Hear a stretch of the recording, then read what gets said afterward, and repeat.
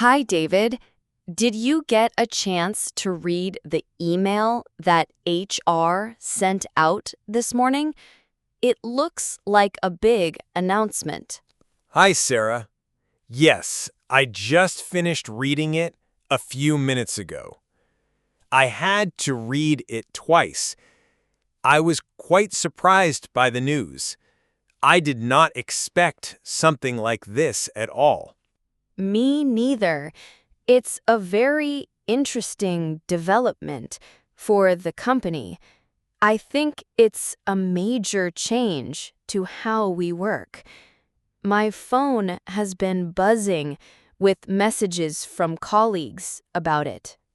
I can imagine. Everyone in my department is already talking about it.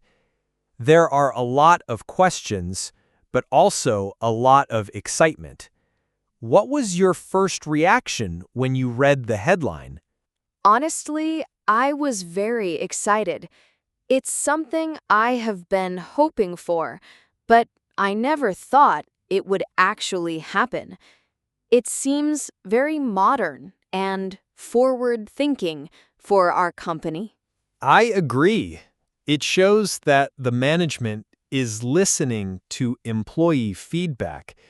I remember they sent a survey about work preferences a few months ago. This seems to be the result of that. Exactly. So let's talk about the main point. As I understand it, the company is introducing a new work from anywhere policy. Is that how you understood it? Yes, that's the core of the announcement. The email said, and I'm quoting here, eligible employees will now have the flexibility to work from any location for up to 4 weeks per year. That is a very clear and powerful statement. It certainly is. Work from anywhere sounds so liberating. It's more than just working from home. It means you could work from a different city or even a different country for a short period. That's the part that I find most interesting. The idea of working from another country is amazing. Of course, the email mentioned that there are some conditions and rules we need to follow. Right. It's not a complete free-for-all. It mentioned things like needing your manager's approval and making sure there are no time zone issues for team meetings. We should probably look at those details carefully. Definitely. But just the possibility is a huge step forward. It moves us from a simple remote work policy to a truly flexible work model. I think it will be very popular. I think so too. Let's talk about the good things first. For me, the biggest advantage is the flexibility. Imagine being able to visit family who live far away without using all your vacation time. That is a fantastic point. I have family living on the other side of the country. I could go and stay with them for a few weeks, work during the day, and then spend the evenings and weekends with them. It would make a huge difference. It would improve work-life balance so much. Or think about escaping the cold winter for a few weeks. You could work from somewhere warm and sunny. That would be wonderful for morale and mental health. Absolutely. A change of scenery can be very inspiring. I think I would feel more creative and motivated if I could work from a different environment sometimes. It would break the routine in a very positive way. I agree.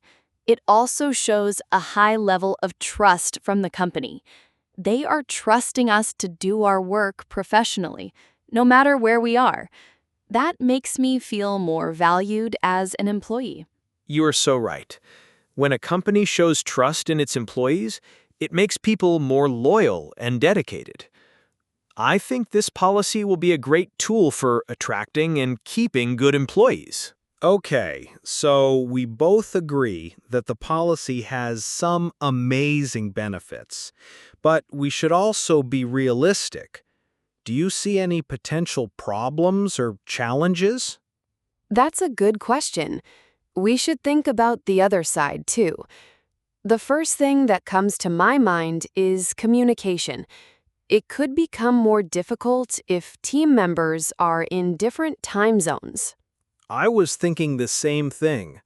If a colleague is 5 hours behind, it could be hard to schedule meetings or get a quick answer to a question.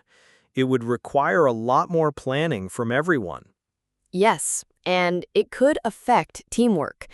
Sometimes the best ideas come from spontaneous, informal conversations.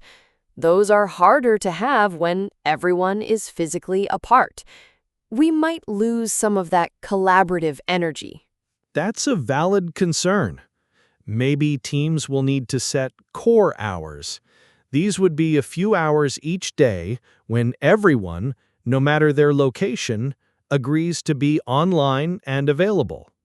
That's a very practical solution. Clear communication guidelines would be essential. We would need to be very good at using our communication tools like instant messaging, email, and video calls to stay connected and informed. Let's look at the specific rules mentioned in the email. It's important to understand the details before we get too excited about our travel plans. Good idea.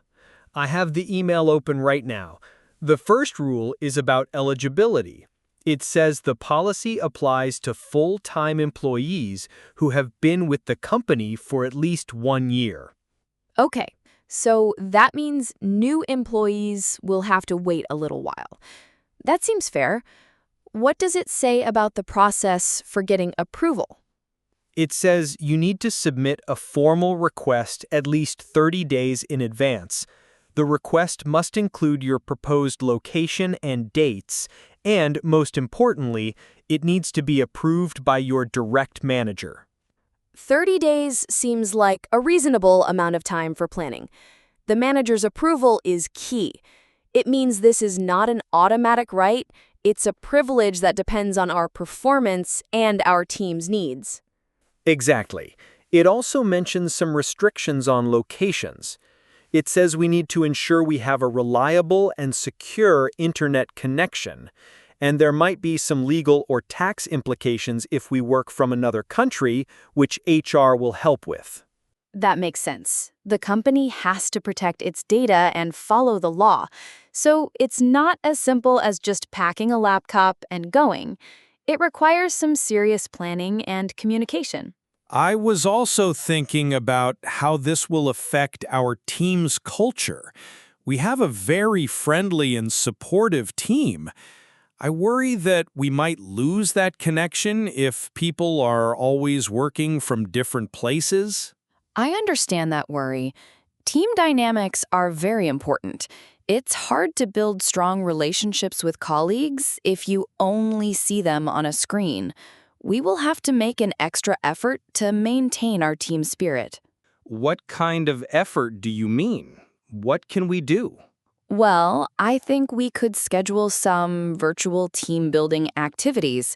For example, we could have a virtual coffee break once a week where we just chat about non-work topics, or maybe play an online game together. A virtual coffee break is a great idea. It's a simple way to keep the social connection alive. It's important to remember the people behind the job titles. Exactly. And when we are in the office, we should make that time count. We can focus on collaborative tasks, brainstorming sessions, and team lunches. The office could become a hub for connection rather than just a place for individual work. I like that perspective. The office becomes a place for community and collaboration. That could actually make our in-person time more valuable and meaningful. This policy might change our team culture, but it doesn't have to be a negative change. So, thinking about this new policy for ourselves, have you thought about where you would like to go? If you could work from anywhere for a month, what would be your first choice? Oh, that's a fun question. I've already been dreaming about it. As I mentioned, I would probably go and visit my parents. They live in a small town by the mountains, and the nature there is beautiful. It would be so peaceful. That sounds absolutely lovely. Working with a view of the mountains would be incredible. It would be a wonderful way to combine work and family time. It really would be. What about you, Sarah? Do you have any plans taking shape in your mind? I do. I have always wanted to spend more time by the sea. I'm thinking of renting a small apartment in a coastal town in Spain or Italy for a month in the spring. I could work in the mornings and then go for a walk on the beach in the late afternoon. Wow, that sounds like a dream. You would come back so refreshed and energized. It's amazing how this one policy can open up so many possibilities for us. It's not just a work perk, it's a life perk. Let's get practical for a moment. What about technology and equipment? Working from a temporary location is not the same as working from a dedicated home office. That's a very important point. My home office setup is perfect, with a big monitor and an ergonomic chair. I wouldn't have that if I were working from a rental apartment or my parents' house. Exactly. I wonder if the company will offer any support for this. For example, will they provide a travel kit with a portable monitor or a better keyboard for our laptops? The email did mention technology. It said that employees are responsible for ensuring they have a productive workspace. However, it also said that the IT department has a list of recommended portable equipment. So it sounds like we would have to buy it ourselves, but they can give us advice. That's fair. The other big issue is internet security. How do we make sure our connection is safe when we are using a Wi-Fi network in another place? The email was very clear about that. It said that we must always connect through the company's VPN, which stands for Virtual Private Network. It encrypts our connection and keeps company data safe. Using the VPN will be mandatory. One last thing I've been thinking about is our manager, Mr. Harris. How do you think he will react to all of this? This policy could make his job more complicated. That's a very considerate thought.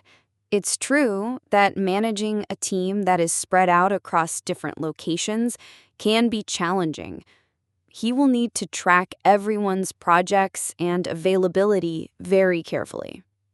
As employees, I think we have a responsibility to make it easy for him. We need to be proactive with our communication.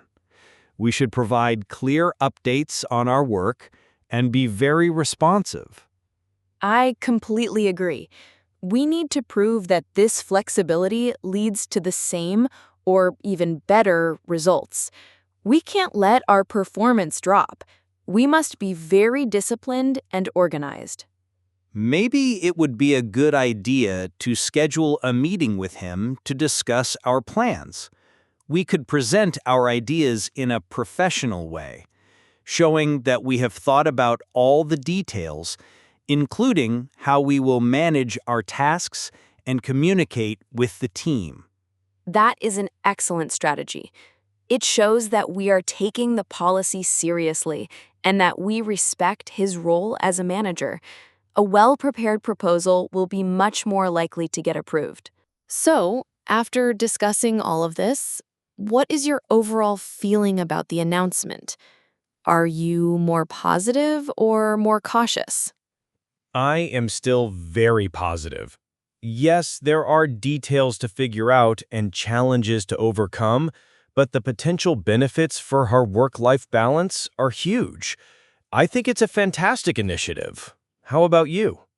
I feel the same way. I am very excited about the possibilities. It requires us to be more responsible and organized, but I think that's a good thing. It allows us to grow as professionals. Well said. So, what are our next steps? The email mentioned there will be a town hall meeting with HR next week to answer questions. I think we should definitely attend. Absolutely. We should write down all the questions we have discussed today. For example, we can ask for more clarification on the recommended tech equipment and the process for international work arrangements. Great idea. I'll start making a list of questions. This has been a very helpful conversation, Sarah. I feel much clearer about the announcement now. Me too, David. It's always good to talk things through. I'm looking forward to seeing how this new chapter for our company unfolds.